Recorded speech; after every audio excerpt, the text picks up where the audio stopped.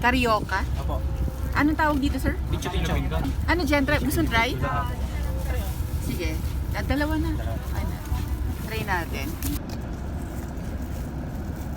Bicho. So, para daw siyang Carioca sa Tagalog. So, tikman natin kung totoo. Charot. Uy! Amoy asukal ah. Ito yung tsura niya, oh. You know?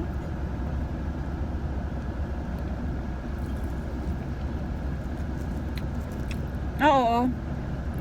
Ganito nga dyan. Carioca nga. Ito yung Carioca kasi siksik. Pabilog lang. Ito si mahaba. Tsaka ito siksik yung Carioca. Lagi yung baon ni Chip Rowell. Mahaba? Mahilig din. Baka nagtataka kayo kung bakit magkahiwalay kami ng upuan ni Miss Jen kasi pareho namin gusto na nasa bintana. Wala lang. Malayo pa siguro yung signal, no? 27 minutes. Charot. Nag-ano ka? Alam niyo ba katurismo na isa sa mga paborito kong kakanin ay Carioca dahil maliit man siya ay panalo ang lasa sa halagang 13 pesos isa na mayroong 3 peraso ay talagang busog ka na. Bicho. Ng kabis.